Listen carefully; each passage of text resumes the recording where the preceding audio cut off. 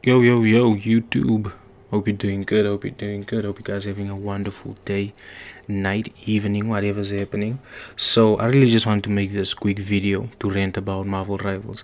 Now, there's a lot of ranting videos on Marvel Rivals, nothing really unique that's gonna be happening here, except I really want to speak about the DPS ego and the overall balance when it comes to DPS. Now, mind you, this is my first hero shooter game. This is the first online multiplayer game where I've partook in the ranking gameplay, and I really love the ranking gameplay.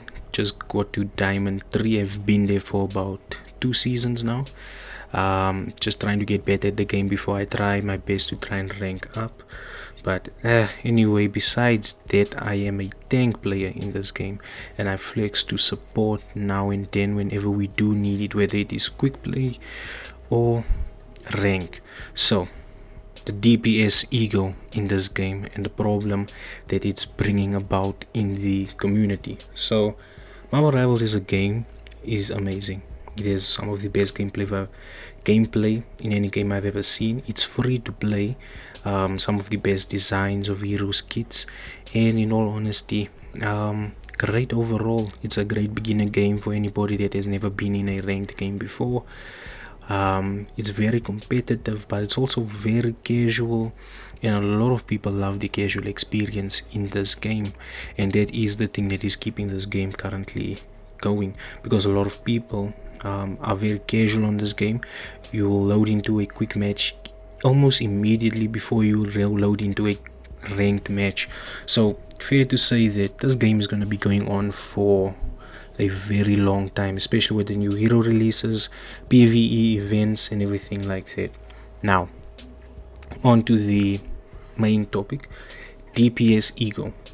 I'm sure you guys have been playing this game. You'd get into a game, you could select a tank, and all of a sudden there is 3 DPS, 3 insta-log DPS. Now, obviously there's 2 more spots open. These 2 spots can either be a second tank and a healer. Well, guess what happens next?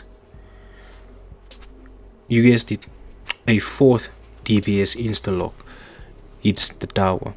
Now, when this happens, this is where people usually swap away to either a second healer or a second tank, and then another DPS would swap to a second healer.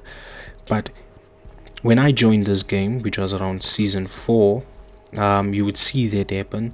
But as the game's lifespan has been going on from season 5 up to now, which is season 8, you never see someone swap off of DPS.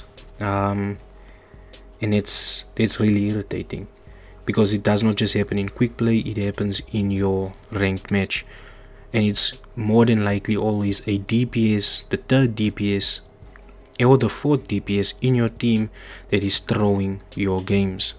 A lot of people like to come onto this game and start acting like it is your fault for losing every game that you ever play on this game, when that is not the case.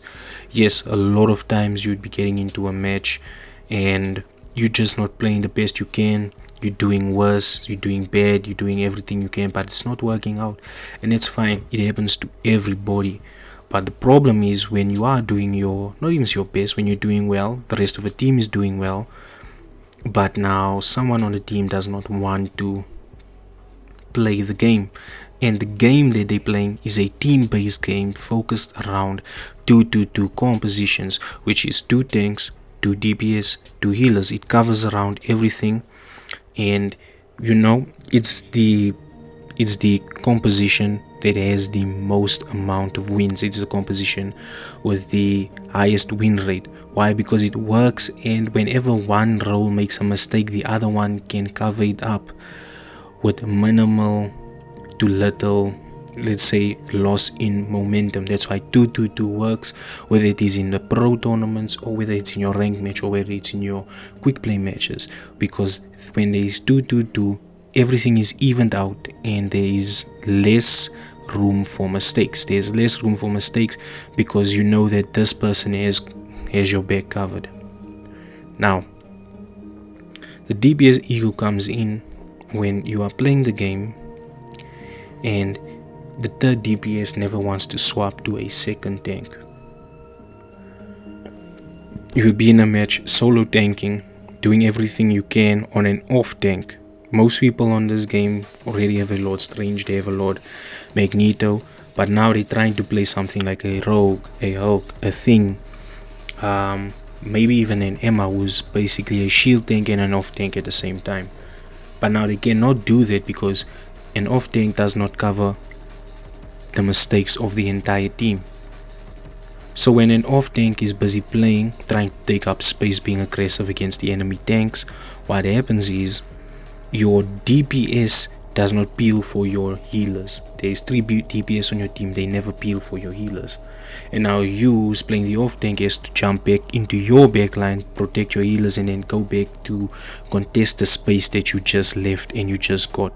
While your 3 DPS are dying and pinging for heals after they die, getting ready to flame the healers in the chat, when it's really just the third DPS and the second and the first DPS, all 3 insta-locks, not realizing that, look here, you cannot run this type of composition into the enemy team. Instead of them adjusting, they instead stay the same characters they are, or they're going to a character that is far worse into that composition. Now, your DPS never swaps. They never swap. They always talk nonsense to you. They're either racist, or they're misogynistic, or they're misandrist, or they're really just a woman that cannot keep their mouth shut, or a man who has never touched the grace of a woman.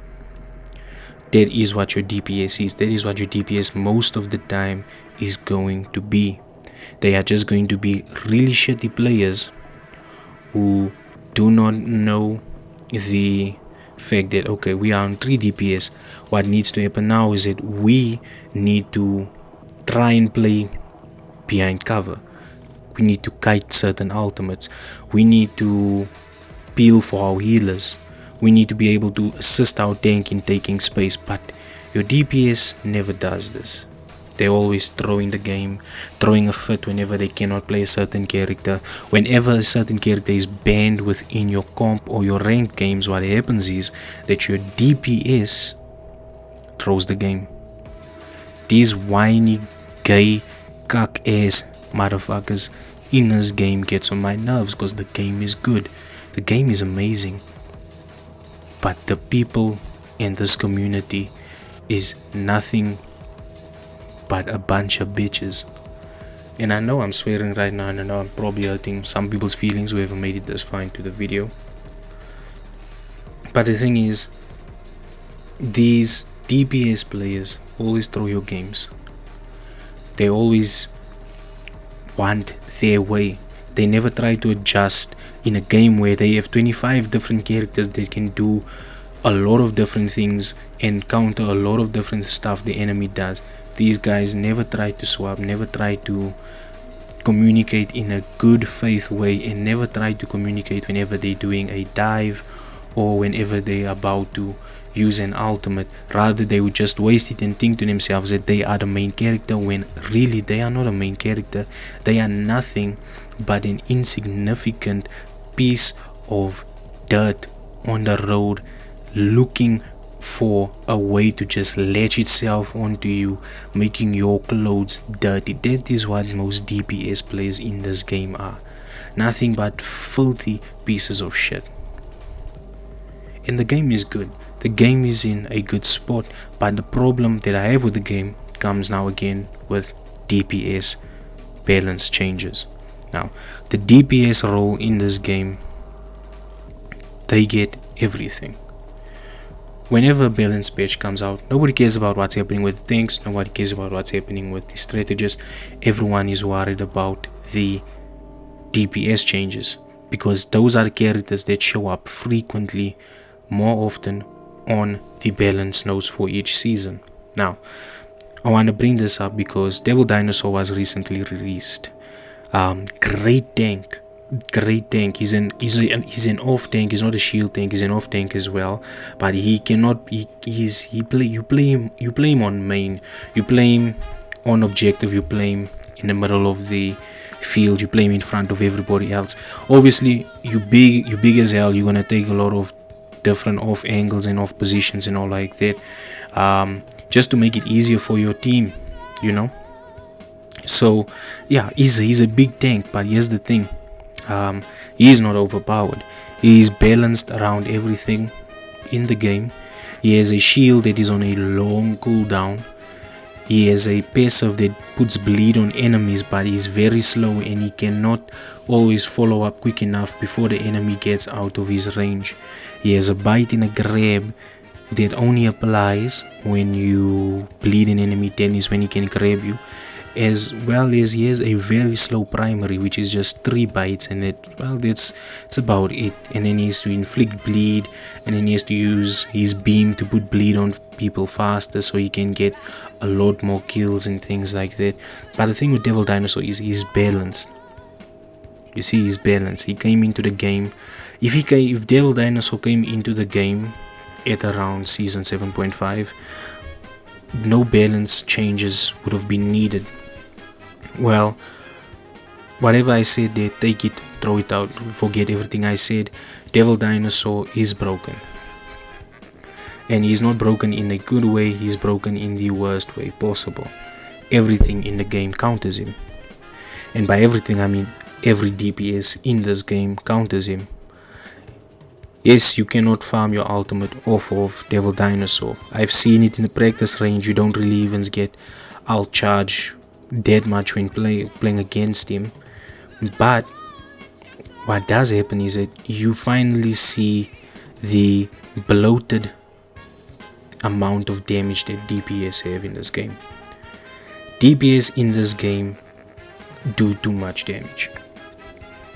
And that's why the strategists in these games do too much healing. And it's quite simple really, because DPS do too much damage. When you go into the practice range and you use a certain character, you can see that some characters are busy 2-tapping 275 HD characters almost instantaneously. 2-tapping them. Punisher is an AR and a shotgun, both that does insane damage. Moon Knight is the best, I would say the best burst damage out of all DPS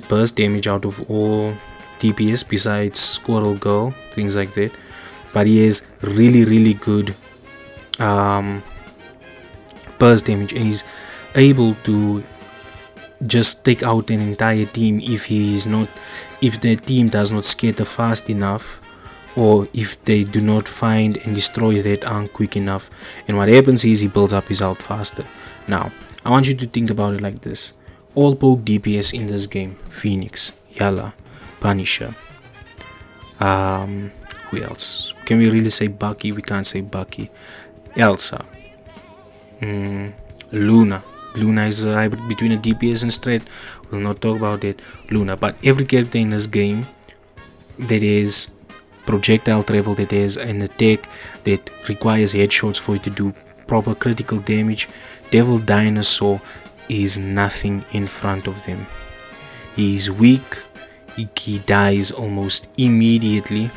Devil Dinosaur right now is facing the same issue Season 4 Hulk and Season 5 Hulk was facing, and which is he's too easy to burst down, and well, he doesn't get any value besides giving the DPS a critical damage step.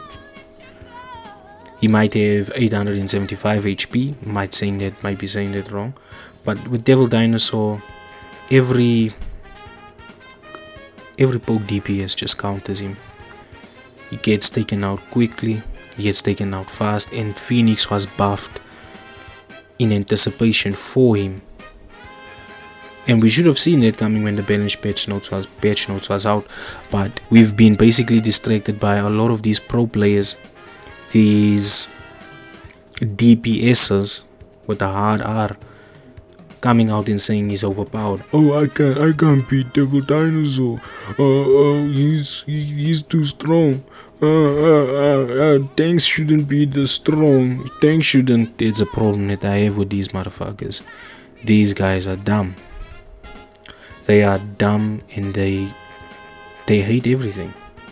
They hate when tanks are strong. They hate when strategists are strong, because they know that the second these characters come out and they are actually strong, the DPS role, they would have to actually pop out. They would have to actually show out. They would actually have to be better than the opposing team's DPS.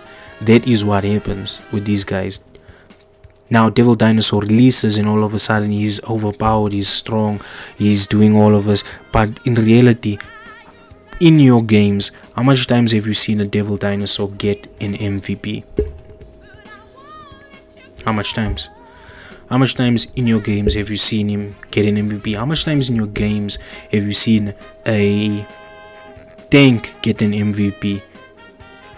And usually when a tank gets an MVP, they had work, they had to do a lot more extra work, they had to keep themselves alive, they have less deaths than everybody else, they had to have dodged a lot of unnecessary damage.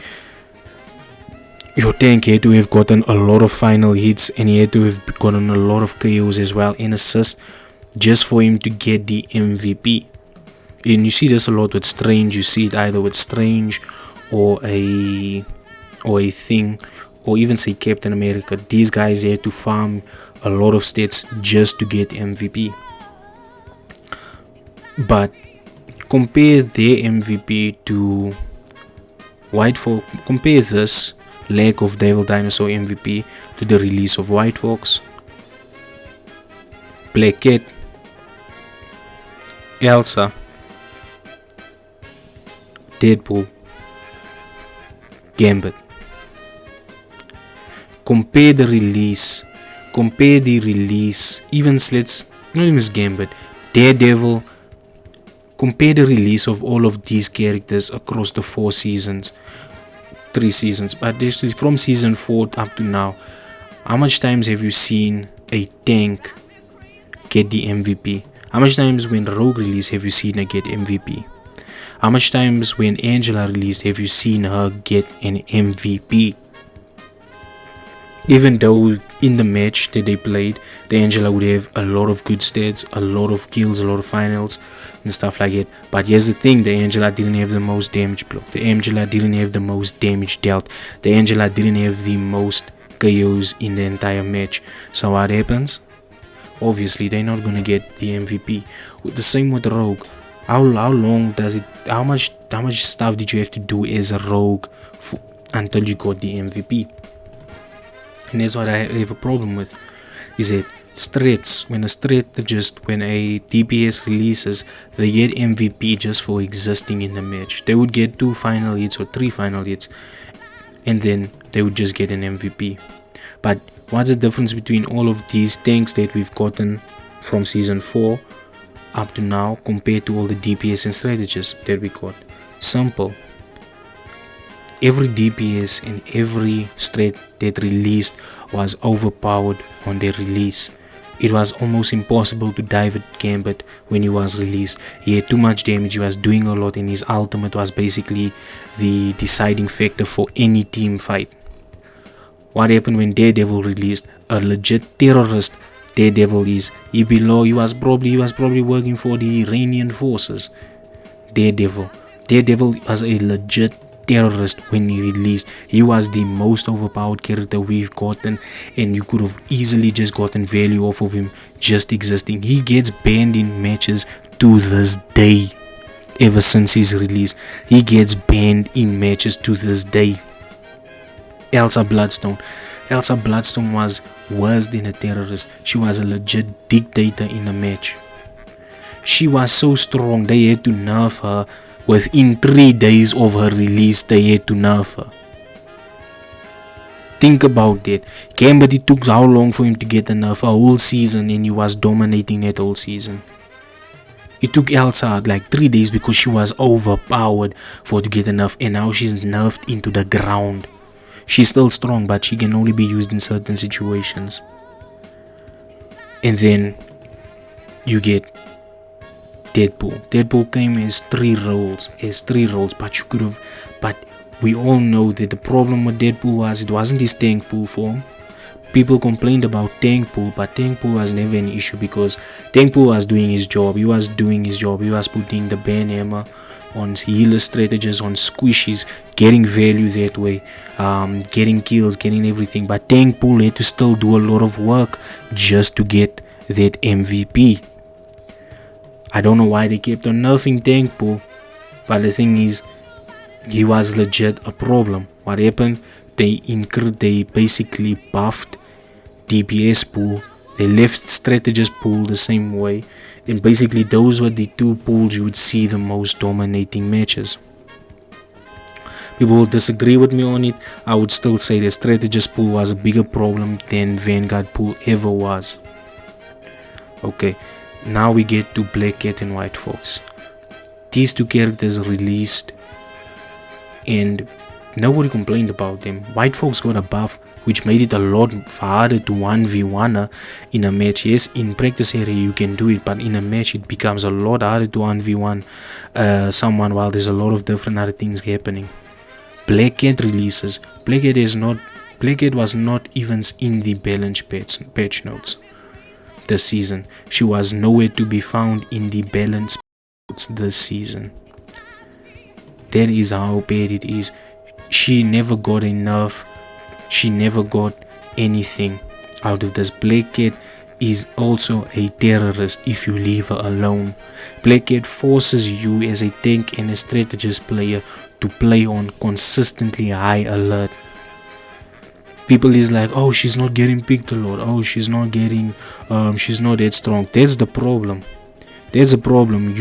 You'll completely ignore the fact that she has a lot of invincibility frames on a lot of her moves. She has a grounding effect that takes flyers out of the sky. She has a cleanse which takes out of CC. She has a teleport which she can use infinitely faster than Stranger's teleport. She has a invisibility ability that she can get, and she has a whip that's accessible to her every time she attacks you for about 150 coins, which when she does that she gets it has extra reach, it hits multiple people, and she basically gets overshields from this. I think I might be wrong there, but she gets overshields from this, and she has two dashes that's on a cooldown, but these two things put her at a good distance and they're really not easy to react to. So Black Cat doesn't get enough, but all of a sudden Devil Dinosaur releases and every DPS and pro player wants to complain that a tank is strong.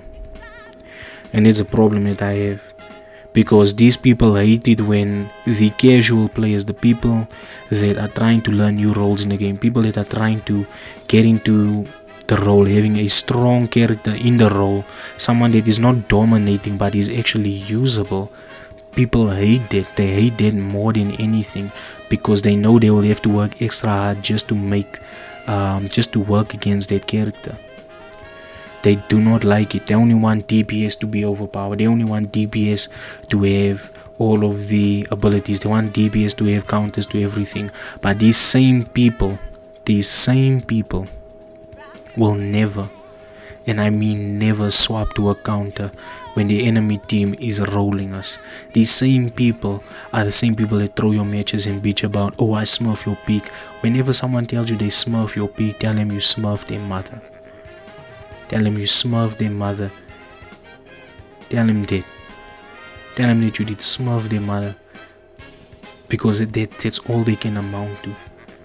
These guys are useless motherfuckers in real life. Bloody awkward niggas in real life. There's a problem that I have with these DPS players. Is that the game keeps on letting them get away with all of these mistakes. The game allows them to do too much nonsense. The game allows them to do too much bullshit. And that's a big problem that I have with this game. is that it favors one role over the others a lot more, and you can see it within the balance patch notes, and you can see it within the characters kits, the characters utilities. You can see it within the pro scene as well. Whenever something needs to happen, whenever a play needs to happen within the pro scene, it's always dependent on a DPS character. It's always dependent on a DPS player. But anyway, for now, that's just the rant that I wanted to get out of my mind, out of my head. Hopefully I'll post a lot more on this channel. If you did like the video and you want to see a lot more rants like this, just talking about the more casual play, the casual scene, being within the lower ranks, trying to climb out of it, you can check out my Twitch, which is linked in the description of the channel and the video, as well as just going to the other channel, which is Guy from Eldos. If it's not uploaded on Guy from Eldos, it will be uploaded on another channel. But for now, man, thanks for watching the video. If you made it this far, appreciate it very much. Hopefully you have a good rest of your night, day, morning, evening, hour, whatever ever, and make sure, man, you stay hydrated, work yourself out, get better at life, man. And again, praise God, love God, praise Jesus, our one and only Savior in this world, man. But again, chop chop and away.